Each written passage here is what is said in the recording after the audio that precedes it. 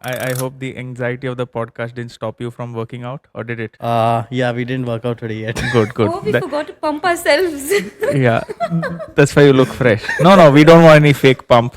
We should look at the actual progress of your muscles Nice. that you've Yeah. been doing. Very good, very good. Yeah, so we just saw this ad on Instagram. I think that's how we found out that there's a gym, a boutique gym, and that got our minds thinking, what's a boutique gym? We've always visited regular gyms. So first, tell us what does boutique mean? Why? How is it So different? boutique gym basically means it's a term that's used for gyms that are specialized in any one particular field. Now, the thing that's special about our gym is I'm a physiotherapist by profession, and so I, besides doing just gym training, I even focus on correcting people's postures or dealing with people's pain, back pain issues, lower back, the knee pain issues.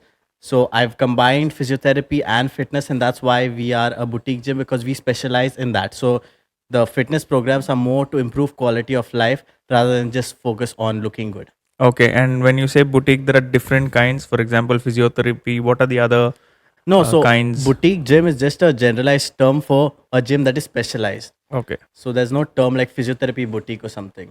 And nobody was using that term in Goa, and I used it because I wanted to grab people's attention to know that it's something different. Otherwise, how do you differentiate yourself?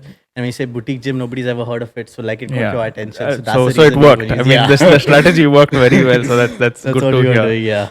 And before we get on to the story, if you can just tell me your full name, because I found that very fascinating when I walked into the gym and saw your certificate on the wall. So my full name is Macmacio Pedrinho Pereira Carvalho. And that's a tongue twister for those of you watching here. He's picked up one name from each of his neighbors, and that's how it is. Good. And with you, you have tell her name also. Oh, my name? Yeah. It's Shannon Marie Ross. Sharon Marie Ross. See how simple it is. Very simple. But anyway, I think when we walked in, we had a nice show around, and it was a nice, cute little place on top, right next to the flyover. So, Yes. before we get on to what the gym is all about, if you can just share what's your story. Like, we want to know you more because I also saw a bit of content on Instagram where you were saying you were plumpy before, you were a fat kid. Is Yes. that true? And then how did that change? I was a fat kid throughout my entire schooling. It was made fun because of that. About 10th standard is when I started getting into fitness, and I didn't go to any gym. My sister bought me a pair of weights and all at home, so I started weight training at home, and I went extensively into research about exercise, diet, all of that. I even got Arnold Schwarzenegger's encyclopedia, or he has a book basically. So I even got that, and I was studying that, and I was just obsessed. So like there were days when I was working out 2 times a day, and I didn't know anything. So what ended up happening is more than losing weight the healthy way, I just became very skinny. So I lost muscle, I lost fat. I didn't understand. I just was trying it. And then afterwards, when I went to physiotherapy college, there studying anatomy, biomechanics, all of that, I was able to connect it to the previous stuff that I had already learned in fitness. So that's why I enjoyed physiotherapy because I was able to form a connect, and I was always interested in understanding better how the body works. And then once I finished my college, I started a traditional physiotherapy job, consulting at hospitals, freelancing, going to people's house. I did that for 3 years, but again, like that's not the thing that excited me. It was always fitness or something related to sports where I wanted to apply physiotherapy in that. So then I made the shift where I worked with Ghost Gym for 1 year just to get experience. Even when I went to Ghost Gym, it was a very scary experience, but I wanted to get that experience before I started my own gym. Where was this? This was in Bangalore. Okay. So Ghost Gym in Bangalore. So how come? So you studied physiotherapy in Bangalore? No, and- so I studied in Manipal University Okay. in Mangalore, Okay. KMC Medical College, Kasturba Medical College. So I studied from there. Okay. And then you moved to Bangalore, and you No, straight so away then got I, into. then I worked for 3 years in Goa as a physiotherapist. Okay. So I was working at Vozia Hospital, Bispilani, the medical center. I had freelance clients at home. I used to go all over Goa. I used to go homes, visits, and stroke patients, back pain patients, knee surgery, all of those kinds So it of was patients. all ailments. You used to take care Yeah, of yeah, ailments just- and help just- people with problems. Yeah, yeah. Just a Okay. typical physiotherapy setup. Okay. And then what took you to Bangalore? Because as a physiotherapist, I think that would be your career for the next 30 years until you retire. Yeah. So what brought that change? Yeah, so I was just feeling very trapped, and I was in a routine of going seeing patients. I was not really happy, At that time also, I had, because I was working so much, I had lost touch with fitness again. I gained weight. I had no time to exercise. I used to go home at sometimes 9 o'clock, 10 o'clock. I used to do a little bit of exercise, but I never had that. So I was getting more and more unhappy, and I wanted to make that shift. And I went to Bangalore not to join a gym. I wanted to get experience with physiotherapy in fitness. So there are gyms in Bangalore that, not gyms, sorry, there are physiotherapy clinics in Bangalore that actually have strength and conditioning and stuff. So I was interviewing with all of those places.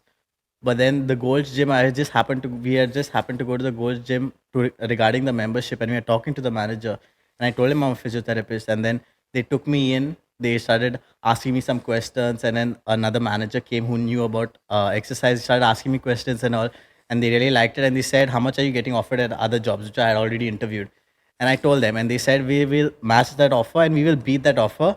Come and work with us because we want a physiotherapist in our this thing." And this was like 5 minutes from my house, and the other jobs in Bangalore travel, it was like 1.5 and all. So I was like, no brainer, like gym, yes, gym. I will definitely come into a proper gym setup. And it was hard because nobody understood physiotherapy. The other trainers never understood a physiotherapist coming in training. So yeah, it was a different story, but yeah, that's just how it happened. I think in Bangalore it's just a dream to have your work within a kilometer. Oh, So yeah, worst yeah. case you can just walk. Yeah, But seriously. I think that would have been the best selling point for you to. Yeah, that was one of those things. And the name, the Gold Gym also. Because again, when I was getting into fitness, I was following everything Arnold said. And I knew Arnold trained at Gold's Gym. So, like, that brand, it's like, that that's the gold standard. You get into that, you're getting the best of the best. So, Okay, good. And now we are curious to know more about Shannon because she's been quietly nodding beside you. So, Shannon, what's your journey like with fitness? Have you studied fitness or anything to do with the body formally, or it was just interest? No, I didn't study about fitness. I didn't study about fitness and all. I was like a very pretty skinny girl. My weight was just 38 to 40. Not I never ever crossed 40. Then I met Mac, and then he introduced me to fitness, and then he told me that you need to work out. Then only I started working out. But a short story before that, I was really pretty skinny in Hyderabad, and I used to keep falling sick all the time. I also had BP issues, low BP issues. Every month, at least once or two times, I used to go to the gym. Sorry, used to go to the hospital and just drips and stuff. So, and plus, very unhealthy I was. Okay, until I met Mac, thanks to him, that he told me that you work out, you eat this, you'll be fine. That's it. So then I started working out, and then my food intake also became very nice. I used to not keep eating outside food. Lot of protein I used to eat a lot. So that's when I see results. That is when I saw results, and then I just never stopped till date. I keep working out. I've never fallen sick. I've never had a low BP issue till date. Touch wood, I didn't. And yeah, so far it's going great. Okay, wonderful. I think this whole turning point when you realize there's a certain lifestyle that you follow will keep you healthy, that will not, I mean, once you take it, you will not step back at all. Yes. And hearing your stories, I would assume that your family is not into fitness. Is that true? Both of you. Maybe Shannon answer first and then we can give it to My Mac. family, my dad is into fitness. What sort he of works fitness? out. I mean, he just goes and works out. That's it. He's like, he has a muscular body. Like, I guess I got my genes from him. I guess that's why I put on weight so fast and I became a little muscular so fast because of him. But my mom and my sister, no, they're not into fitness. I try to push my sister into fitness, but no, she just can't do it because of her work timings and stuff. So yeah, they're not into fitness. It's just my father. And what about you, Mac? yeah, my family is not into fitness. I tried to get them into fitness, tried to get my younger brother join gyms, bought all the protein powders and all. He quit in less than a month, and till date I keep telling him to join the gym. My parents also are not. They used to say, "What are you lifting these weights? You'll enjoy yourself. This is not healthy and all." They used to keep telling. So no, nobody in my family was into fitness. I mean, into fitness as in gym. So otherwise, my family is active. So all of us have played football. My elder brother also played football, played cricket, played competitively also. My sister also played basketball. My brother-in-law, he played sports like football, basketball, and now he's into marathon running. So yes, not into gym fitness, but they are getting slowly into it. But in general, into fitness, yes, but not gym fitness. I think traditionally gym fitness is looked at as something that only bodybuilders or powerlifters would go to, not for the regular person. Because Yeah. why would you lift weights? To build muscle. This is the general rumor that goes around. So, is it true? Is it not true? What do you think? So it's definitely not true. Literally, there is so many diseases, 80 to 90% of them, that can be solved by lifting weights. It improves your metabolism, improves your quality of life, improves your health. You're less likely to get injured, you're less likely to have falls. Your overall everything gets better. Like even if you go and you see the medical field, it's like in majority of the lifestyle illnesses like diabetes and all, the first line of management is not medications, it's lifestyle modification, which is diet and exercise. So that is a treatment by itself. And that's another reason I wanted to get it more into the gym, this thing, because when I used to do physiotherapy, they used to do the exercises for like a month or something. They used to feel great, but then they would stop. And after 6 months, they would come back. I felt good for like 2 months after doing the exercise. Then I stopped the exercise and I came back. So I wanted to be able to intervene before something happens. So the reason I started this is I want you to get people into the healthy lifestyle of lifting so that the chances that they get injured or get sick are less. So like you have to proactively manage it rather than managing it after the problem comes. Then you take fitness and then you start doing. Yes, it is good, but it would have been better if you had started before and not even been in that situation. So I wanted to take that approach. I wanted to attack it at that point, like before you even fall sick. So to prevent the illness. It's like preventive maintenance. You have a Yeah. car, you have any other machine. You don't wait for it to break down. You have to have your constant oil changes and general maintenance so that it goes for a long time. I think the body also works the Yeah, same. yeah. Exactly. You have to take care. I mean, this is the vessel that we live our day-to-day life. I mean, if we are not healthy, we can't really enjoy life. And like, what's the point? Even if you're making a lot of money, even if you're doing a lot of things, if you are not able to enjoy that life because of the way our body is, we are stuck on the bed. If you're constantly falling sick, I mean, there's no point in that. I mean, she used to fall sick every month. She used to be in the hospital on trips every month. Like, there's no point in that. So yeah, that's the thing. Tell me more about your Bangalore journey. So you were into golds for how long? How So did you progress in your fitness journey? initially, it was hard for me to get clients. Like in the first month, I struggled because it was like, why would you take a physiotherapy? So my package was also on the premium side. It was charged more expensive considering the fact that I'm a physiotherapist. So people were like, when there is a trainer that's cheaper than this and the physiotherapist, I might as well do the trainer.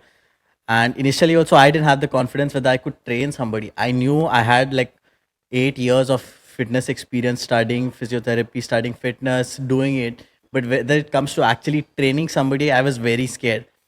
So after the first month, I got my first client, and then I started able to train him, and I was getting a lot of changes in his body as well as his quality of life, and that slowly built up my confidence.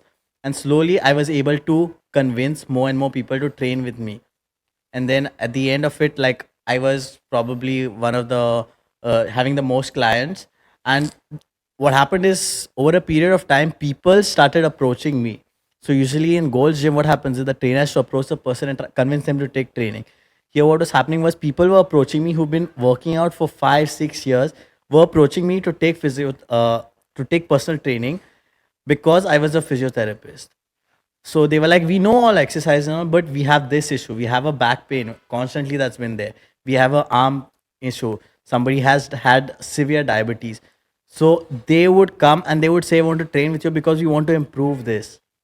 So as that happened, more and more confidence I got. And then afterwards, when it reached to a point about 1 year, I felt like I could progress no more. And like I was confident enough that I could go do it by myself. And so that's when I just decided to, quit and come back. So I think perspective is important. Most gym trainers would just learn exercise.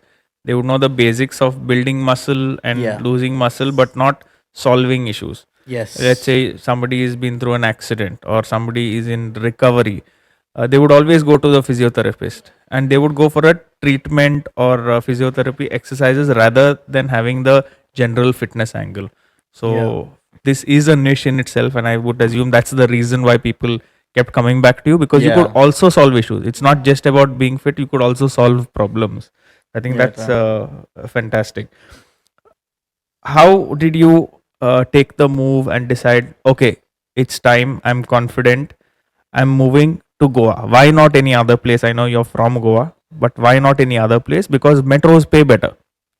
People in Goa, I mean, the spending capacity is there, but they don't spend in Goa. This is my observation, but you can correct me if I'm wrong. The first thing was I did not like living in a metro. Living in Goa and living in Bangalore, I liked the Goa life. I like less traffic, the crowd, and also the other thing to set up anything in Bangalore. First of all, it's going to be very expensive. Second of all, the competition is huge. So you're competing. So there it wouldn't be just competing with basic gyms. You're competing with the golds. You're competing with cult, and there it's all about competing on a price. It's not a value proposition. Who can give you better value? There it's who can give you it for a cheaper deal. So when it comes to that, was one of the reasons that I did not want to go into a metro, and I had my affinity to go. I always liked Goa, and I wanted to be back home. And the other thing is, yes, you said that people don't spend money, but what I've noticed is, it's not that people don't want to spend money. People want a good deal, no matter if they're paying a lot or less. At the end of the day, it should be worth it for them. If they are getting a worthwhile change in their body, in their life, they are able to live better, and they feel it's worth it, they will pay the money. So while the mentality is there that people are in India are cheap, I don't think it's cheap. It's just that people are conscious whether this is valuable or not. It's more value driven. So once you can show the value, and once people see the value for themselves, they don't mind paying more. So like even here, like we have people that start with a month just to see, and once they see the benefit, then they don't mind. They take a 3 months or 6 months package, because once they see the value, they're like, now it's a no brainer for me. So that's another reason. I mean, that's not a reason I came to Goa, but I feel like no matter where you go, like that is a thing.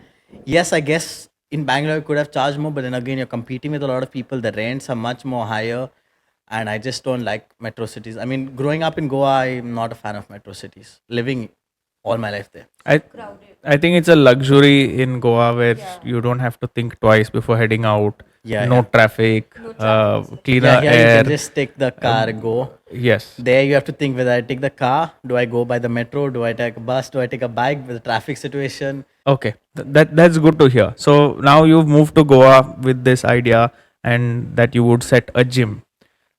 You are the biggest USP of the gym. This is established because you're a physiotherapist. You've got the years of experience. You have Shannon who's also helping you, and she's one of your past clients who has the transformation. Yeah. What else do you have at the gym which you would say is of higher value compared to a regular gym that's out there? So the other thing is the BCA scanner, so body composition analysis scanner. So in Goa, there's no other gym that has it. And where I learned about it, I learned about it in college. So we had a BCA scanner in Kasturba Medical College, but where I started using it was Gold's Gym, and it's so second best after Gold's, after DEXA. So what it basically does is it checks your muscles, it checks your fat, it checks your weight, your metabolic rate, your water levels, it checks everything.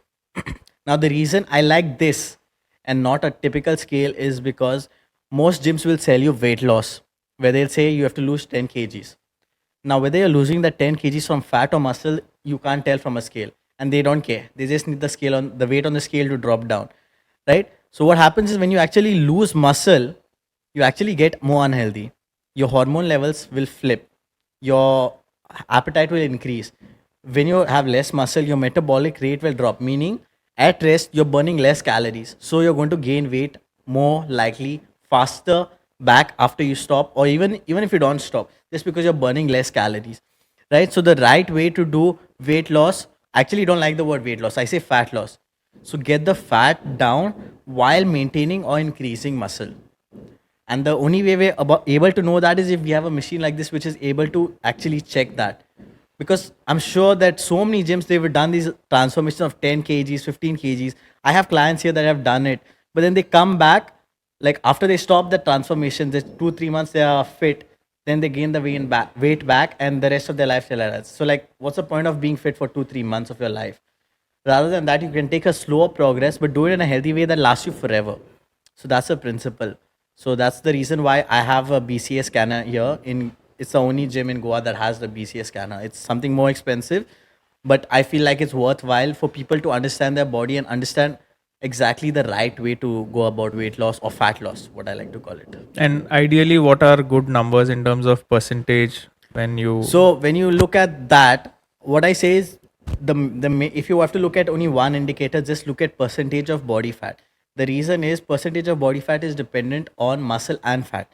So if your muscle drops, your percentage of body fat increases, and if if your muscle increases, your percentage of body fat decreases, and vice versa. If your fat drops, your fat percentage will decrease. So percentage of body fat is taking into consideration your muscle and your fat. Well, if you look at BMI, it only takes your weight and your height. So you just, like, whether this weight loss is coming from the muscles or fat is not important. So if you have to look at one indicator, look at percentage of body fat. Now for a healthy male, it is at about 15 to 20% is what you want to aim for. Okay, I would say even up to 25% is still healthy. Then for a female, it's a little higher. It's between 20 to 30%. And the reason being, females benefit a lot more with having a little bit more of fat percentage for their reproductive purposes. It's better that way. If they drop too low in fat, it messes with their hormone levels and makes conceiving or any other reproductive or menstrual cycles, everything goes off. So it's a little higher for females. So just look at percentage of body fat if you had to look at only one indicator rather than the weight on the scale. So that's what we also focus on here. I mean, you would know that. Yeah. Okay. So even I've spent some time. I think it's about 3 months that I've been here, and I've been to gyms in other places too. But I'd like you to answer this question. The floor space is smaller compared to your traditional gyms. The equipment also that you have, I wouldn't say there's a vast variety, but there are some which have a lot of functions that can do. So the question here is, with this small floor space, are you able to achieve the objectives of every of your client that comes in here? Yes, I am, but I'm not able to do it at a bigger scale just because of the space. I'm able to reach the objectives because I'm limiting the memberships to the point where I can overlook it. Now the plan is this: if this goes well, I want to expand more, get bigger floor space, and get other people like-minded like me, maybe other physiotherapists, other strength and conditioning coaches who have, like, not just a degree that says they're a personal trainer, but have an interest in it, have spent years studying it, like, to understand. I want to be able to build a team of that, so that way we're able to reach more people. So right now I am able to, give the attention and get people their goals, but again, the number that I can do that is limited because I'm one person. But yeah, the goal is at a later point to expand and to actually build a brand which, follows on the same principles that we are following here. So I wanted to start at a small scale, test out the concept, and then after think about expanding it. Okay. Now, one more interesting point is generally people who don't work out are senior citizens, people who have some sort of handicap or some sort of disability, or maybe they are heavily obese. Would you say that they are your clients, or would you rather have people who are functional and who can do the exercises? So, what would the question here is, typically there's a certain category of people who cannot work out at regular gyms. Will you be able to help them? What are these kind of people, and how will you help them? My clients are preferred to be the ones that are, like you said, senior citizens, or people that are having any kind of prolonged back pain, prolonged any kind of issues, and that don't know what to do in a gym. They are the better fit for us because we are able to help them with fitness and also help them with their current issues. Like a person that actually knows how to work out and all, like young people who know how to work out, they usually have an idea. They might not have the crazy understanding of the body, but they have an idea of 80% how to do the exercises in the right way. So if they are able to do that, that's more than enough. But people who are much older will not have an idea about fitness or about their body or about how it functions, or even if they feel intimidated in a traditional gym setup, those are the type of clients we prefer here. So they'll get more benefit just because we are able to give them the attention and give them the knowledge to better understand how to improve their quality of life. Like if someone who knows how to work out comes here and works out, I can help them. Yeah, tell them you can adjust this and do this a little better, but they are already doing 80% of the things right. So like people who are not able to do it or not, never started and all, they are better than them. So I can get them to the at least the 80%. So, being our first time, we did make mistakes, and the last 10 minutes of the podcast footage is corrupted. But no worries, this is just episode 1, and we got many more episodes. So, please stay subscribed. And if you want to be a part of the fitness revolution that's happening down in Port Valley, make sure you DM us. But I'll see you guys in the next episode.